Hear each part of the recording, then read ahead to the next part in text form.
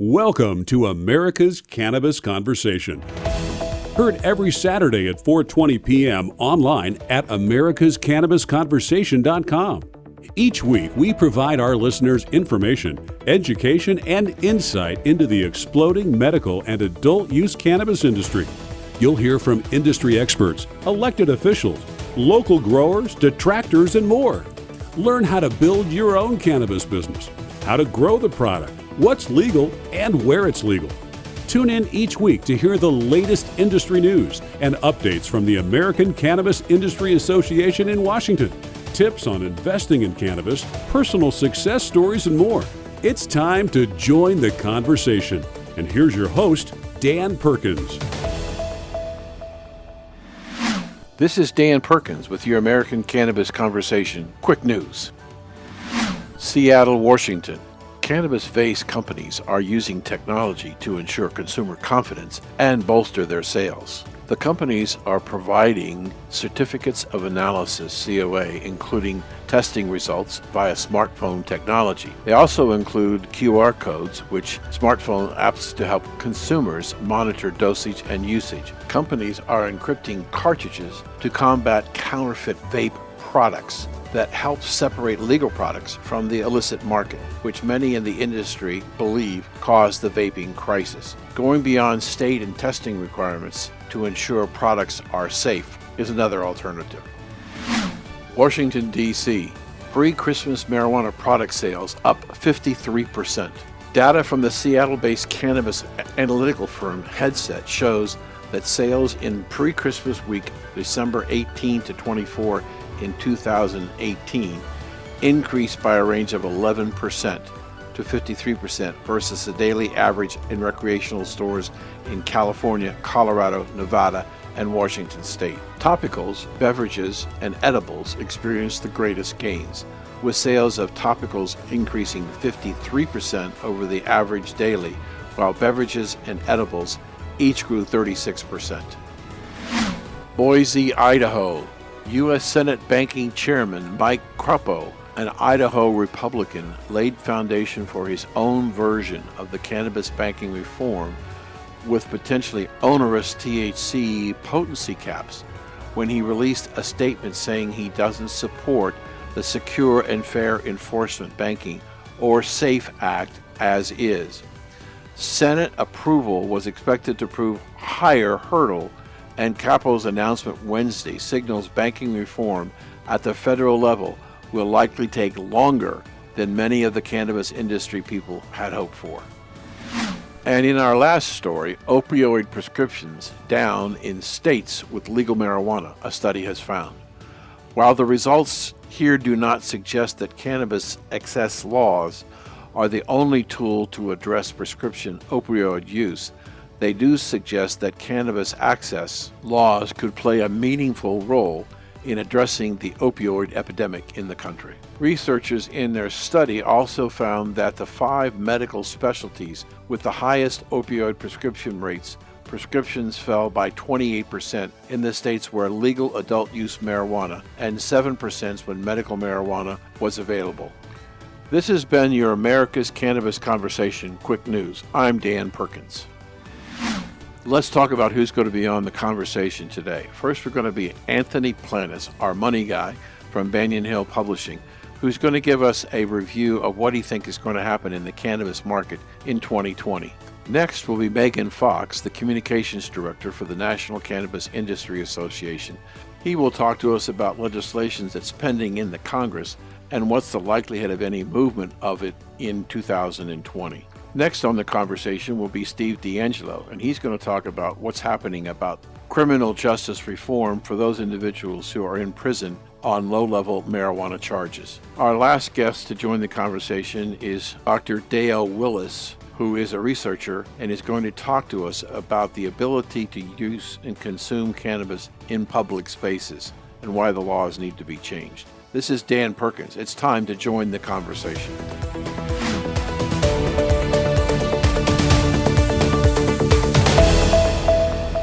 Welcome to the conversation. Joining us today is our money guy, Anthony Planas from Banyan Hill.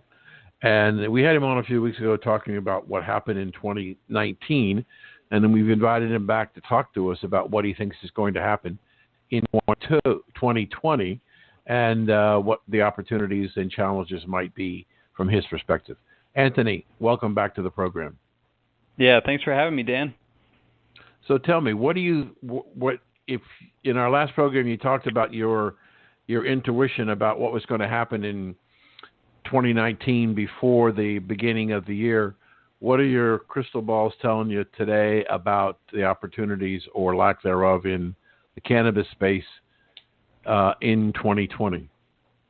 Yeah, so I think what we're going to see is some of the better names in the industry that we've seen pick up off the bottom while everybody else is sinking lower. I think we're just going to see them pick up steam in the next year, which is going to be just a great opportunity.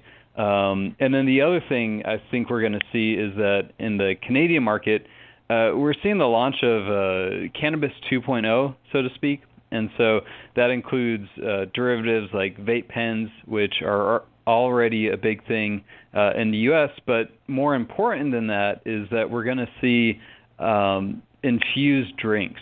So these are going to be THC infused beverages that are really brought to the market by some really big brands. So we have Constellation and Canopy working together. We have Hexo and Molson Coors, and then we have Tilray and Anheuser-Busch that are all working together. And so I think that's going to bring a level of sophistication to infused drinks that is going to catch on in the U.S., and it'll be interesting to see whether the laws keep up with that, because a lot of drinks are still banned within the U.S., just state by state. But just bringing that kind of technology and that intellectual property to a broader market is going to be really, really interesting and exciting. Do you think that let's start with Canada first on the infused stuff. Is it going to have to be sold through dispensaries, or is the beer and wine store going to be able to sell it? Yeah, so they're going to be sold through dispensaries, and so right now that's really the only option. In fact, Canada is a little bit behind us in some ways, in that even CBD products have to be sold through the dispensaries because they don't distinguish between THC and CBD. And so right now, throughout just about all of Canada, CBD has to be sold in these dispensaries, which makes the kind of CBD products that people look for wellness and not to get high, it makes them harder to get a hold of. And so that's actually stunting the CBD market in Canada. Mm. So when you said earlier in the conversation, you were talking about survivors and companies that have, can you give us, not that they're making a recommendation, I'm not asking you to make a recommendation on a particular stock, but can you give us an example of a company that would fit into your criteria, who's weathered the storm, who's got good fundamentals? What kind of a company would that be? Yeah, one example from my home state of Florida is Trulieve. This company is just, it's a machine, and its revenue is growing. They have a large market share within Florida. They have the most dispensaries of anybody. Their positive earnings, quarter over quarter, and their price to earnings ratio is pretty sober, especially for a cannabis company. And so Trulieve is a great example of a company that they got drugged down. There was a lot of talk about them not being able to keep up with the competition, and there being issues with cash and all that, and they were just able to defy all of that. And after the dust settled, after all these scandals and controversies, Trulieve came out clean, and we're seeing a turnaround in the share price. And there's other companies. I'm actually working on a report right now about multi-state operators, just like Trulieve, that were able to buck the trend and come out of this thing on top. Well, since you're promoting your story, how can people find out about this new report that you're getting ready to release? Yeah, so probably the best way is if you go to YouTube and then just search my name, Anthony Planas, you'll find my YouTube channel, and that's going to be the first place that I release this report. And then also to our readers, of course. So if you go to banyanhill.com, you can subscribe there, and all of our readers will be getting the report as well. If I might, Anthony, ask you about a couple of issues. This, in my observation, may not be correct, and you're certainly welcome to challenge it. But it seems to me that given the illegal nature of cannabis on a national basis, the players in the past who were in the .com business, the mutual funds, the private equity, the hedge funds, and all those people, they're not in this space. They're not in the cannabis space because of the, quote, illegal nature. So that the space is really being driven by retail investors. Is that a true statement? Yeah, that's largely true. There's not a lot of institutional money in the space, and the institutional money that is here isn't touching green, is the way that they say it. So these are companies that are making money off of the cannabis industry, but they're not actually holding cannabis products themselves or growing it, for that matter. And so those are really the only ones that they've attempted to invest in. The second point is I've been in the investing business for almost 50 years, and there's an old rule of if you get a certain amount of return and you can reinvest and compound it at that rate, it's called the rule of 72. And if you take your return, divide it into 72, it will tell you how long it will take your money to double. So if you got a 7.2% return on a reinvested and compounded basis, it would take you 10 years to double. The cannabis industry is growing at least 35% a year, which means it's going to double every 2.5 years to some astronomical. But because it's an all-cash business, the problem of these operators of what are they going to be able to do with this cash leads me to the story that I wrote a couple of weeks ago, is that we now know from the Justice Department that roughly about 1 in every 5 dispensaries will have been robbed in the last 12 months. And the average cash haul is about $273,000 plus product.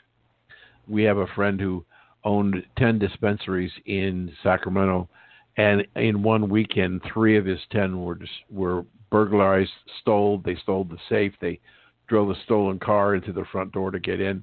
So he had 30% of his dispensaries broken into, and the Justice Department says that cannabis dispensaries are just below liquor stores as far as frequency of being held up. So we've got an issue here of doubling the cash every 2.5 years.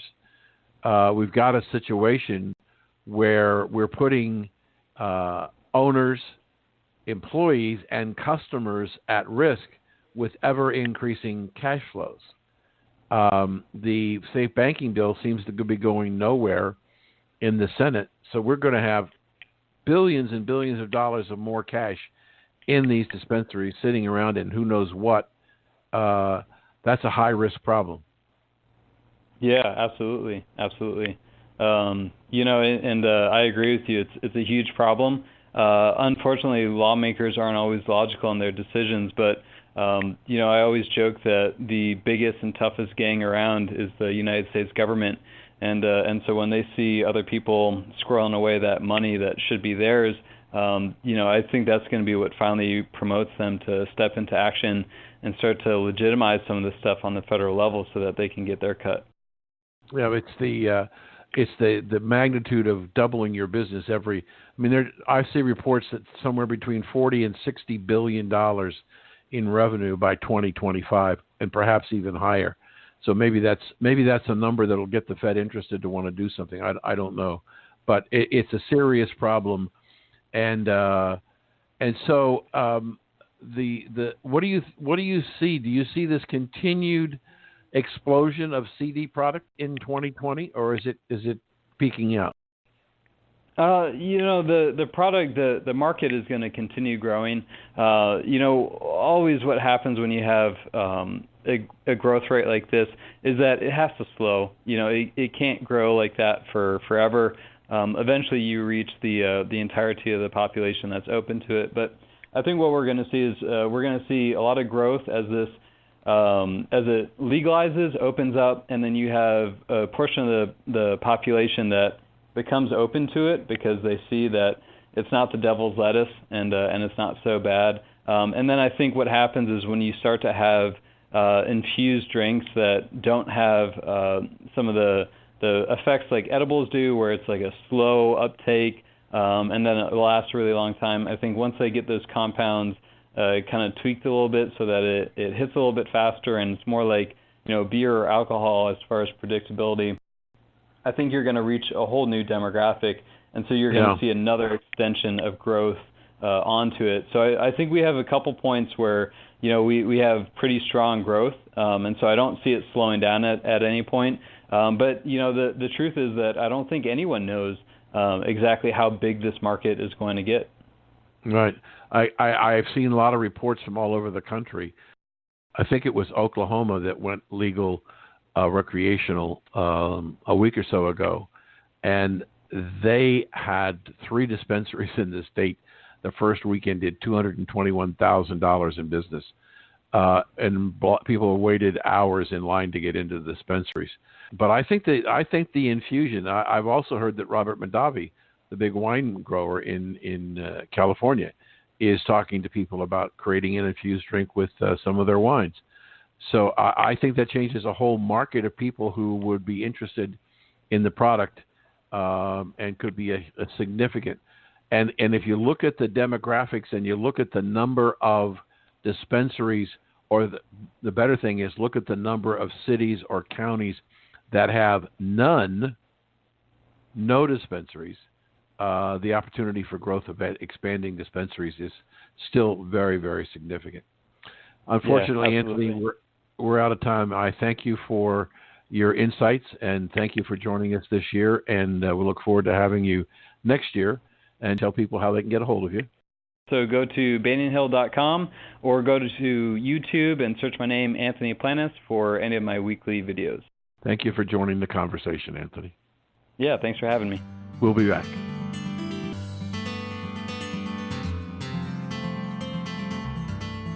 You're listening to America's Cannabis Conversation on the W420 Radio Network. This is Dan Perkins, host of America's Cannabis Conversation, and I want to hear from you. Send me an email. Tell me what you like about our show, what you don't like about our show, what kind of guests you'd like to hear from, and is there subjects that are important to you that we're not discussing? Let us know. Go to W420radionetwork.com and send us an email. Thanks for listening.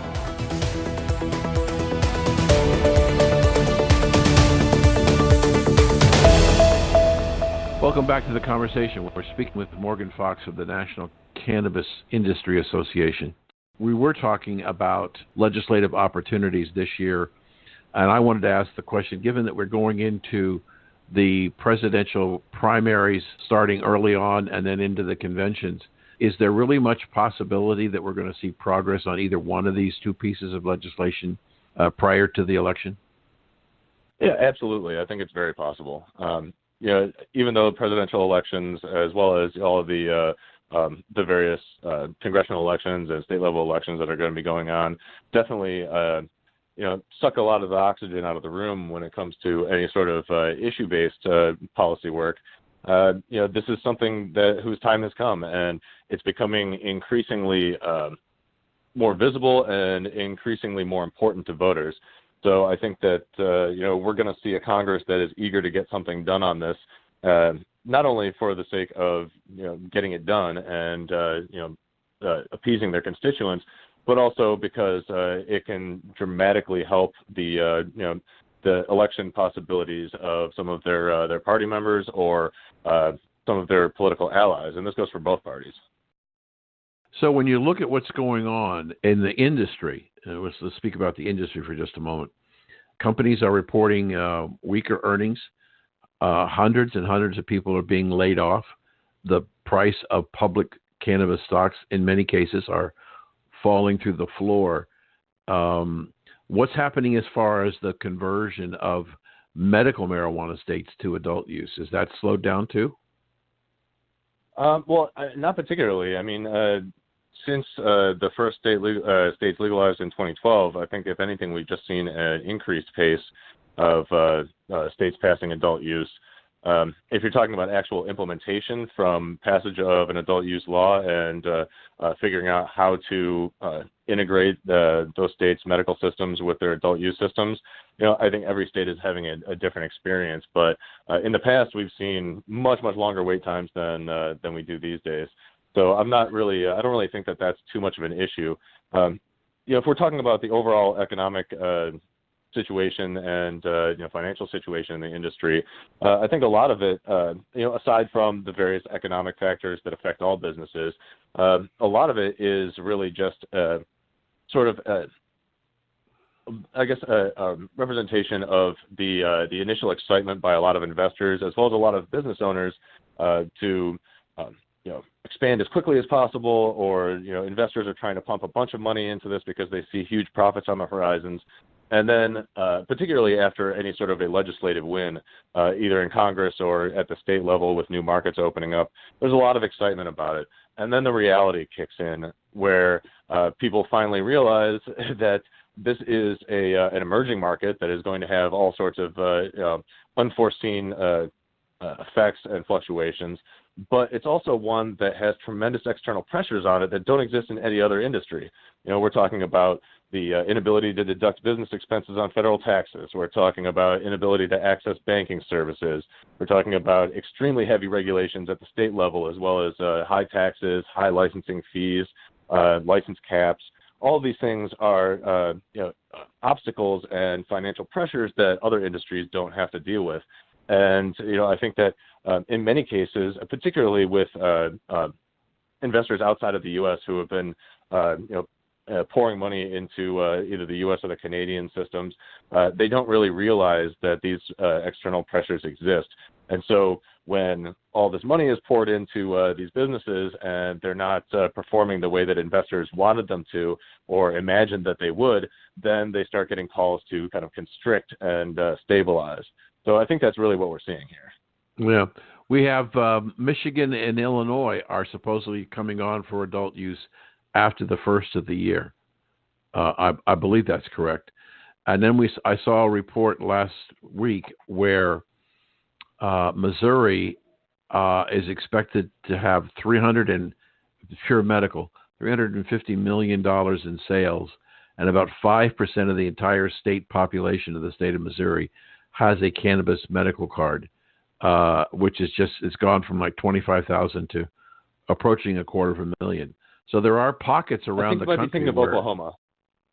Oklahoma? Yes, you're right. I was thinking. You're right. My apology. But that's clearly a state that the momentum is there. So are we seeing pockets of momentum and money still flowing into some pockets, but others it's drying up? Is it that fractured a business at the moment? Well, every state with an adult use and medical market is seeing more money come in than what they're spending to regulate those programs. It just depends on how much. And I think that no matter what, these programs are still profitable for states. It's just that some of them are trying to squeeze too much out of it, and they're in danger of getting into a point of regulatory capture where there are just like there's no more money that you can get out of the industry for state revenue without actually seriously damaging, if not destroying, the industry, or making it impossible for it to compete with the illicit market.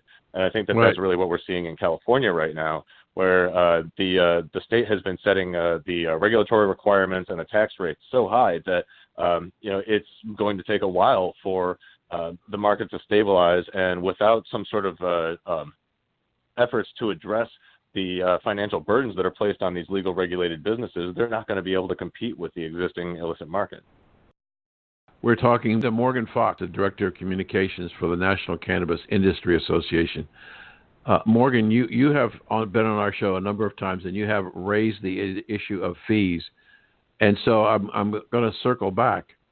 We have all the fees that you've articulated in California, which is making it more expensive. Now with the passage, at least through the House Judiciary Committee, of the MORE Act, adding a 5% federal tax on top of everything else, is that going to push it over the hill?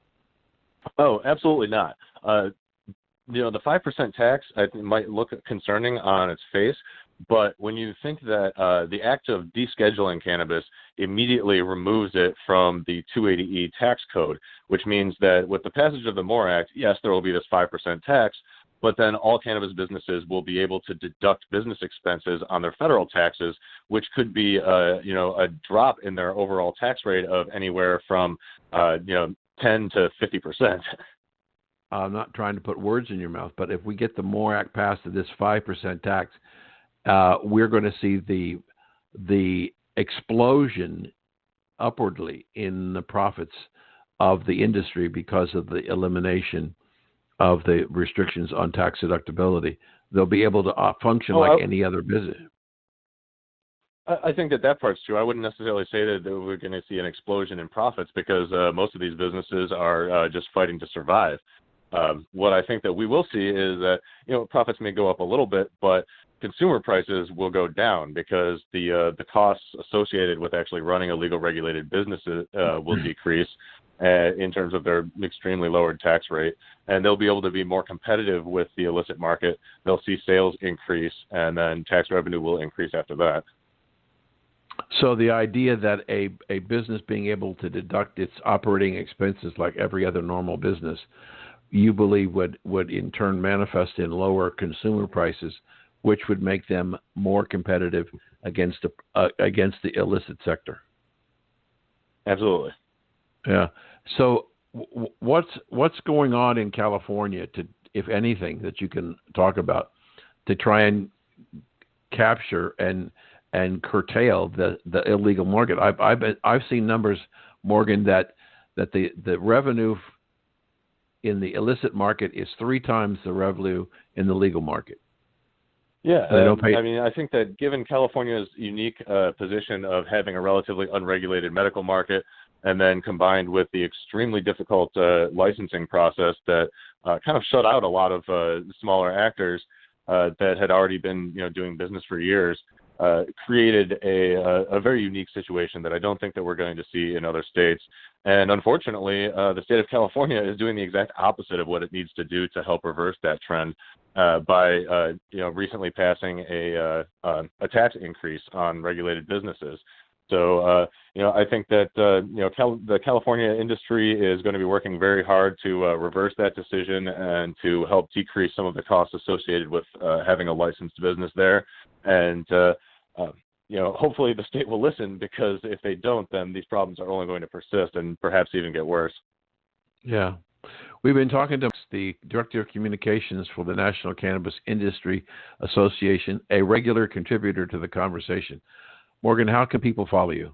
We're available on Facebook, Twitter, and Instagram, and our website is thecannabisindustry.org. Thank you, Morgan, for joining us. It's always a pleasure to have you on the show.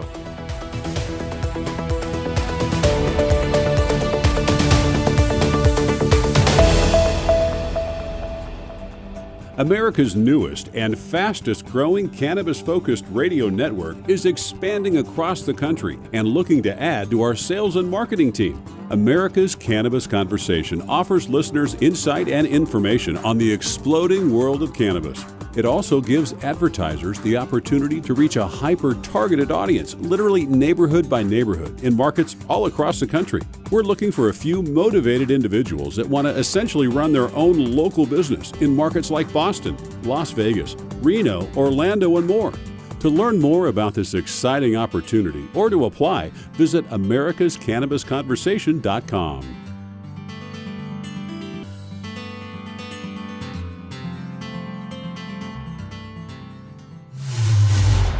This is Dan Perkins, and we're about halfway through today's conversation. I hope you have found the people interesting and helpful.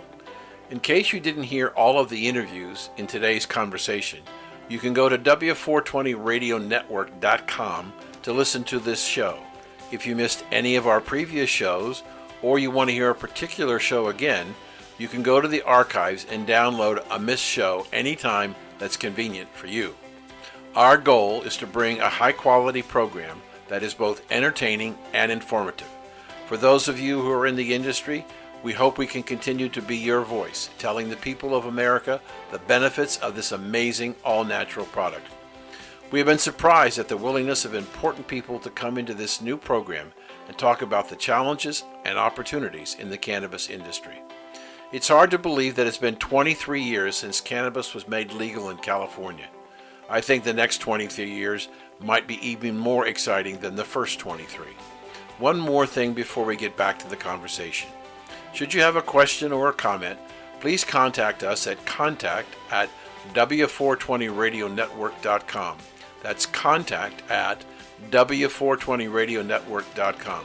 And now, back to the conversation.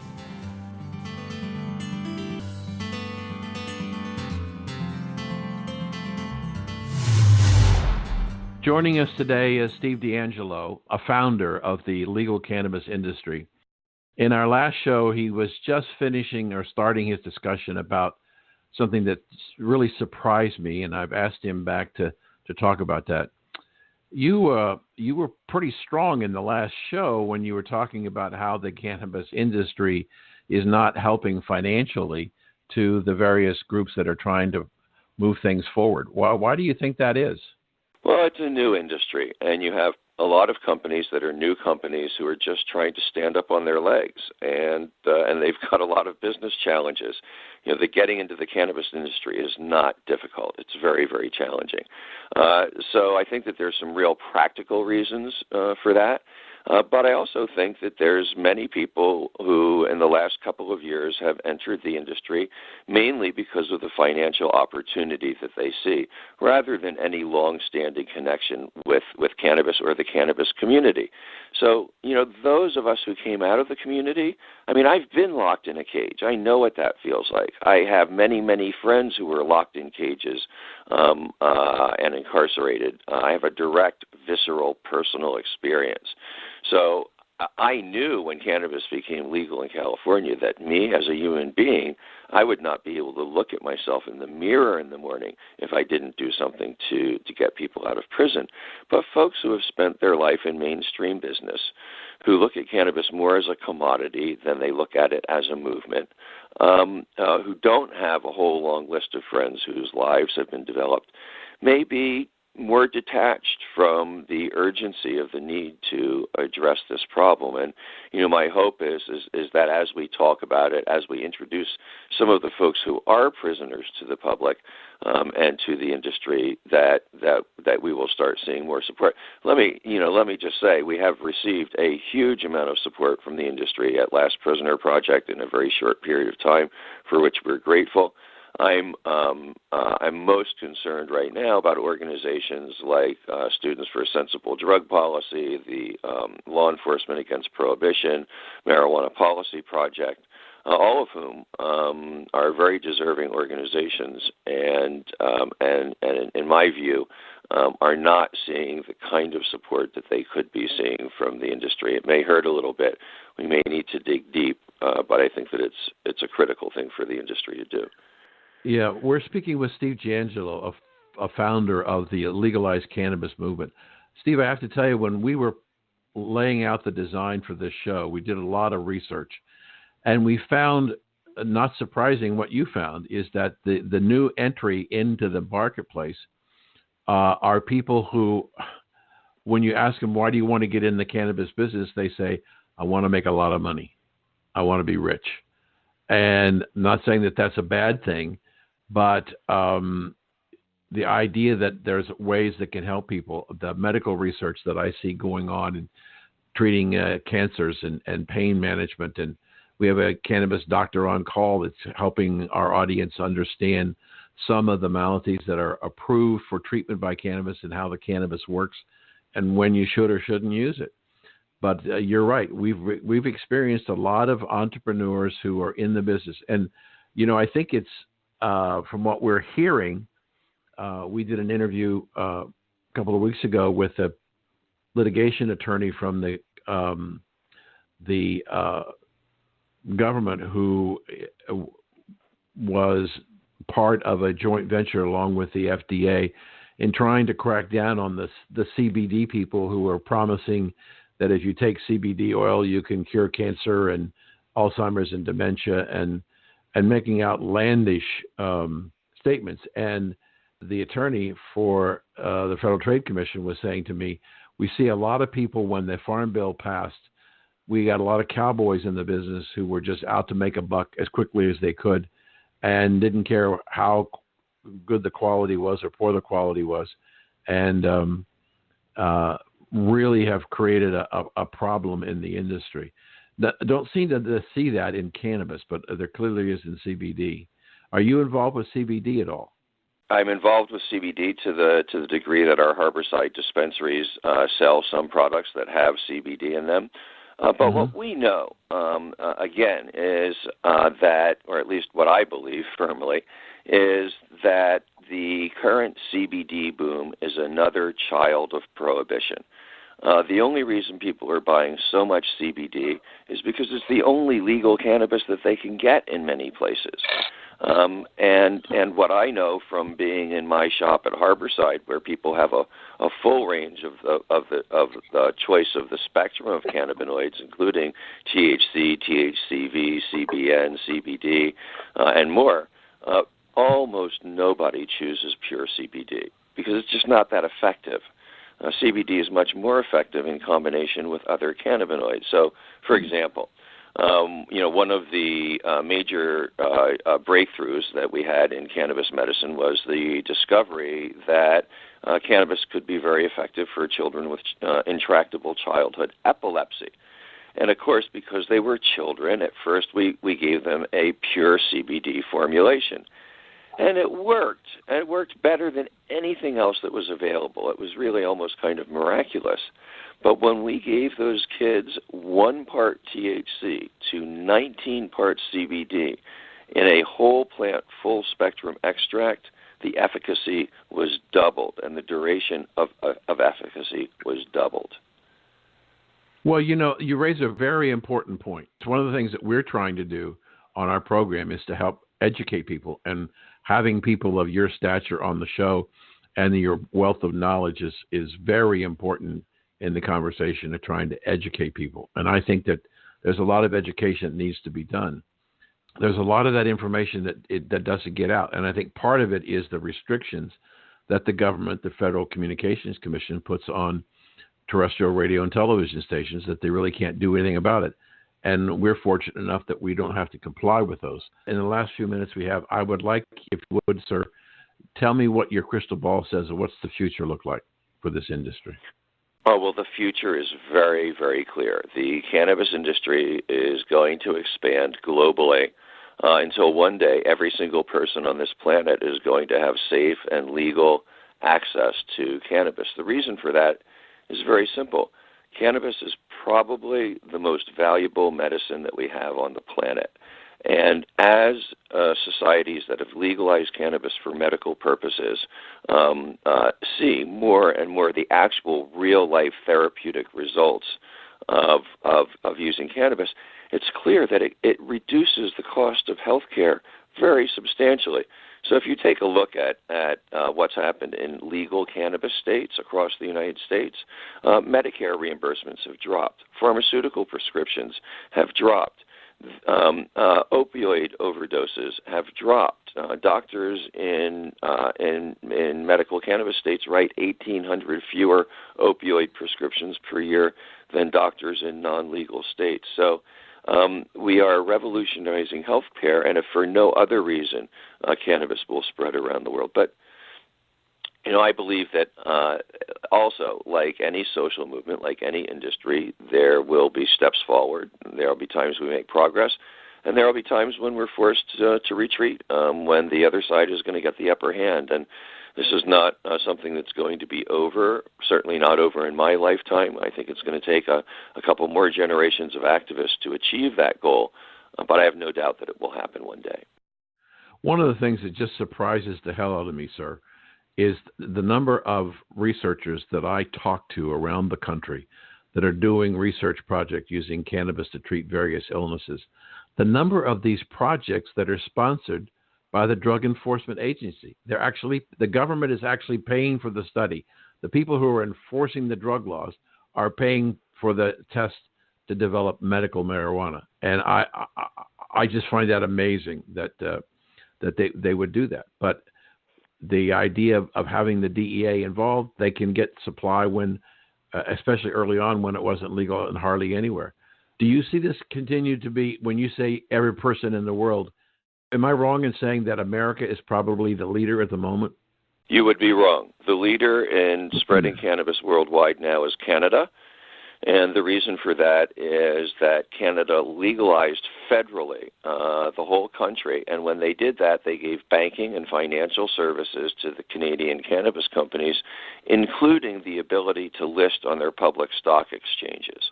That has resulted in literally tens of billions of dollars being invested in Canadian cannabis companies.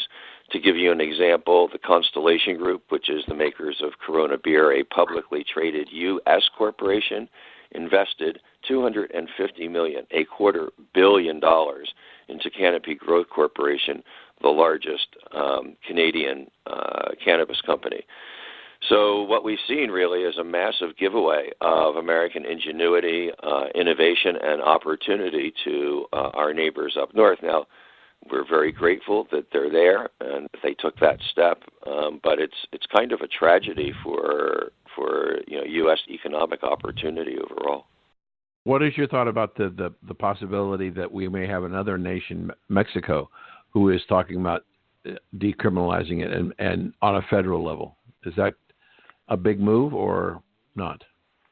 Yeah, I think it'll be a huge move. I just got back from Mexico where I was meeting with members of the federal and state Congresses. They're definitely moving to legalize cannabis completely at all levels. They're really just trying to figure out how to structure the industry and write the rules now. I see Mexico quite likely legalizing before the United States does, and then we basically have the federal government surrounded. We got legal cannabis federally in Canada. We got legal cannabis federally in Mexico, and I think that then that will increase the pressure on the United States considerably. And look, this is a game of 1,000 cuts, and we just have to keep on marching forward at every opportunity that we see. The people who have been telling lies about cannabis for decades are not going to stop doing that, and we just have to overwhelm them with the truth. We've had the pleasure, and my personal pleasure, of being in part of the conversation with Steve DeAngelo, one of the founders of the legal cannabis industry in the United States. Steve, one more time, how do people get a hold of you? SteveDeangelo.com and Last Prisoner Project on Instagram @Steve DeAngelo. Thank you so much, sir, for sharing your valuable time and, more important, your valuable insight.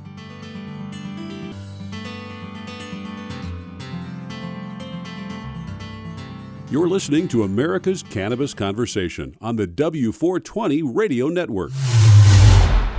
This is Dan Perkins, host of America's Cannabis Conversation, and I want to hear from you. Send me an email. Tell me what you like about our show, what you don't like about our show, what kind of guests you'd like to hear from, and is there subjects that are important to you that we're not discussing? Let us know. Go to W420radionetwork.com and send us an email. Thanks for listening.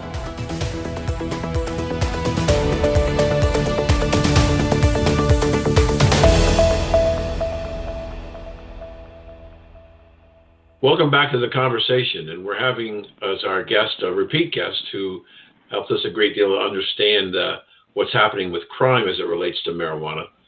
But I invited Dale Willis from the Washington State University back onto the show again because I wanted to talk a little bit from him or listen to him about some of the other projects that he's working on currently and what might be coming up in the future. So, Dale, welcome back to the conversation. Oh, thank you for having me again. You're welcome. So talk to us about some of the things that you're actually in studies right now, and then hopefully have enough time to talk about what you're doing in the future. Okay, so the last time I spoke to you, we talked about the crime study, and that was part of a broader project that was funded by the National Institute of Justice.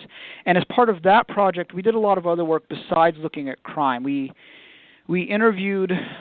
did focus groups and interviews with about 150 law enforcement officers in the state to sort of get their experiences and perceptions of legalization. And we learned quite a bit from that. We also looked at some other data sources, and we're doing some ongoing work related to cannabis impaired driving. So we have a lot of studies that are in progress. In terms of speaking to law enforcement officers, we really wanted to do that and spend some time with them, because law enforcement officers, a lot of cities have deprioritized cannabis. This happened, for instance, in Seattle. This happened before 2000, where the citizens of Seattle said, hey, we want police officers in our city to make that the lowest priority. We want them to focus on everything else. So we wanted to know what the effect was, because we knew there were these underlying trends where police were sort of deprioritizing cannabis, and yet between 2000 and 2010, there was something like 8 million people arrested for possession of cannabis. So it was sort of this mixed bag of, they say they don't prioritize it, yet you're arresting millions of people. And what we found when we spoke to police officers is that a lot of them weren't surprised with our results. We told them, hey, we haven't found this increase. And a lot of them said, yeah, we really didn't expect cannabis legalization to increase crime either. But they are suggesting that legalization has changed their workload. And the two areas where they talk about the workload shift being the biggest are DUIs. So law enforcement is really at a loss on how to handle cannabis-involved DUIs right now. And I'm happy to talk more about that. And two, they say, and we don't have the data yet, they're giving us the data, which is really nice, so we're happy to look at it. They say that they're receiving more calls about cannabis-related things that aren't crimes. So, this would be an instance, one of the best examples we got from a sergeant in the state was, you have folks that they move into an apartment and they are a cannabis user for whatever reason, recreational, medicinal, it doesn't matter. But they move into an apartment, and the apartment says you can't use cannabis in the apartment. But then Washington state law says you can't use cannabis in public spaces. And so these people are sort of left in like, well, where do I use this product that I'm legally allowed to use but practically not allowed to use anywhere? And so they say they're getting lots of calls from neighbors about cannabis smells, or calls from landlords about people doing things inside property that's forbidden according to the lease. And so we heard a lot from law enforcement about resources, and in addition to the sort of the resources that were taken up by legalization, quite a bit about how they don't feel as though they, as an entity, have received the resources they were promised as part of legalization. Interesting. So that the workload has shifted to not my word, not your word. And I'm not trying to demean what you're saying, but nuisance calls as opposed to legal calls. And as a result, we have people who may be in that group that don't believe that we should have cannabis legal, who are perhaps more outspoken. But that's a good question. If in the state of Washington, if a resident has a legal prescription because they have an illness that can be positively affected by the consumption of cannabis, where do they go? Yeah, I mean, I think that there aren't any great answers for that. A lot of the people that we interviewed, the law enforcement officers, was like, what would you tell them? And honestly, I mean, this is something that people with better legal training than me are going to have to figure out. But right now, if you were a person in the state of Washington in a lease that forbids the use of cannabis products, so you cannot smoke cannabis in your abode, probably your safest option right now is to try a different form of administration. But then that opens the question of, and I'm just not that type of researcher, I don't know this, but we hear it from the people that we interview, do you get the same health benefits from using cannabis in an edible form as you do from another form? What about vaporized products that supposedly produce less smell and scent? Is that safer for you legally? Are you going to get in less trouble? Those are real challenges, especially in places where poverty is higher and there aren't as many homeowners. Yeah, and I agree with you. There's a whole discussion. We've had some doctors and researchers on our show who talk about the different ways in which you can take cannabis into the system, and whether it's done by smoke or tinctures or tablets or gummies or brownies or whatever. And I'm not a scientist either, but what I am hearing is that the least effective way to get into your system is that if it has to go through your gut. If you have to go through the gut, a lot of it's going to get lost. And under the tongue, which goes into the blood system, or atomizers, or other things that get directly into the system, are much more effective. So your suggestion about alternative, whether they be puffers or drops or gummies that are undissolved under the tongue, is a better, in many of the research is saying, a better, more effective delivery mechanism to make sure you get the right amount of curative properties that you have. What are the things? We got about 5 minutes left. What else are you working on in various stages of research that we might be interested in? So we are spending quite a bit of time on the problem of cannabis-impaired driving. So we know by the numbers that in Washington State, the percentage of so if you think of just fatal crashes, the percentage of people involved in fatal crashes that test positive for cannabis has gone up. And those are our best numbers because we don't test everyone for every traffic stop. We don't test every crash. But fatal crashes in Washington, we actually do a really good job. The problem is we don't know for sure whether that increase in the prevalence of testing positive is really a reflection only of an increased use, or how much of that also has to do with the fact that now, as a state, we're looking for cannabis impairment. And the reason we're spending a lot of time on this is partially because it's a public health concern, right? If cannabis impaired driving is dangerous, we would like to know more about it. But also, from a law enforcement perspective, cannabis impaired driving is much harder to deal with than alcohol impaired driving, right? There's 30 plus years of research on wet labs that show that even for people that really think, hey, at 0.08 I'm still fine, the vast majority of people aren't fine at 0.08 alcohol level. Whereas these per se laws that a lot of states have implemented, so in Washington, the per se limit is 5 nanograms. So a person is considered to be in violation of our law if they test positive for more than 5 nanograms per milliliter of active THC, so delta 9 THC in their system. The problem is that number is arbitrary.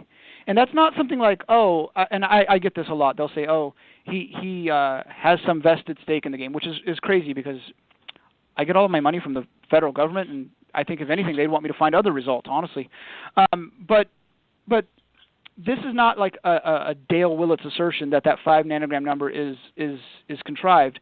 The AAA Foundation has produced a report saying that there's no scientific basis for the 5 nanogram limit.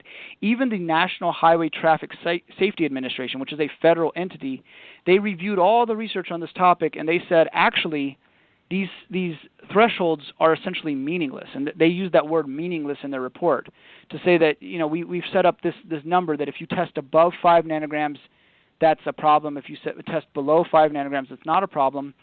When we know that new and existing regular versus occasional users, methods of administration, all of these things are going to affect testing limits, as well as the actual process of getting blood from a person, right? You can't. There currently exists no perfect THC detector. There's a couple of people that are developing breathalyzers. There's some folks that have a spit machine where you spit and it tests your THC level, but there isn't a good system that law enforcement can roll out. So right now in Washington State, if they pull someone over and they suspect that they're driving impaired due to cannabis, they can ask them to do a blood draw. The person can decline, and then they'll get a warrant. But by the time they get the warrant, they take the person to the hospital, they draw their blood, they could test under 5 nanograms even if they were above it at the start. So it's on both ends. We don't know if that actually means that you're impaired, and by the time we get the actual blood evidence, we can't trust the actual number anymore. And so we're working with some folks in the state to see if there are other ways to sort of address this problem through sobriety tests, through, in fact, one of my colleagues is working on a really interesting project with an app. So the idea that you give people this cognitive test app, and it doesn't necessarily say you're impaired with cannabis, it just says, are you impaired in general? But that's an area that I think states are going to have to figure out because people are going to challenge these laws. And I don't know if they'll be successful or not, but there are people that are medicinal users that have to use every day that are always above the 5 nanogram threshold. And if we don't do anything for them, we're essentially saying these people are never allowed to drive. Unfortunately, we're out of time, and I have a whole bunch of questions, so I'm just going to have to invite you back for another time because there's other things at the end here that you talked about that I want to talk about. So tell us your website one more time. So the Department of Criminal Justice and Criminology at Washington State University, if you search for Dale Willits, my name will pop up. You'll find links to my research, my email address. Folks should feel free to contact me. Thank you for joining us in the conversation. It was really insightful. Oh, thank you for having me.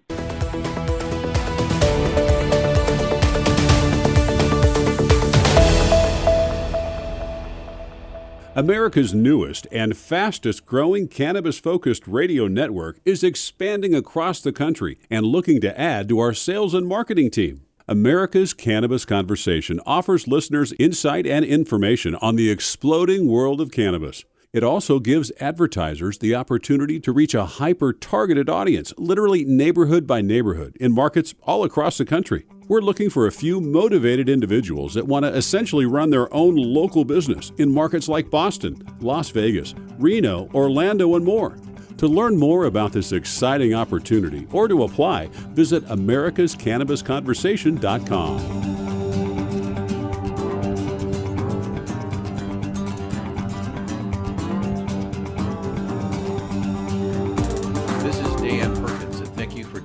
Conversation. We hope you enjoyed the conversation today and invite you to join us next week. By the way, you can go to our website, www.americascannabisconversation, and download previous shows, but also on the website, you'll be able to see who our guests are going to be next week. So go to the website, americascannabisconversation.com, download shows, and look who's going to be on next week. This is Dan Perkins, and thanks for joining the conversation.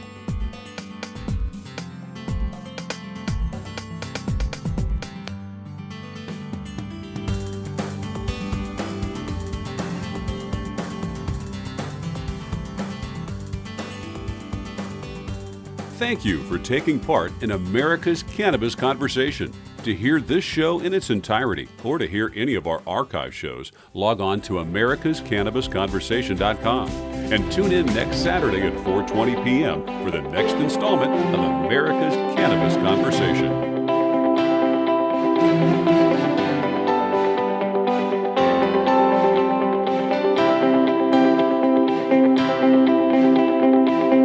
America's Cannabis Conversation.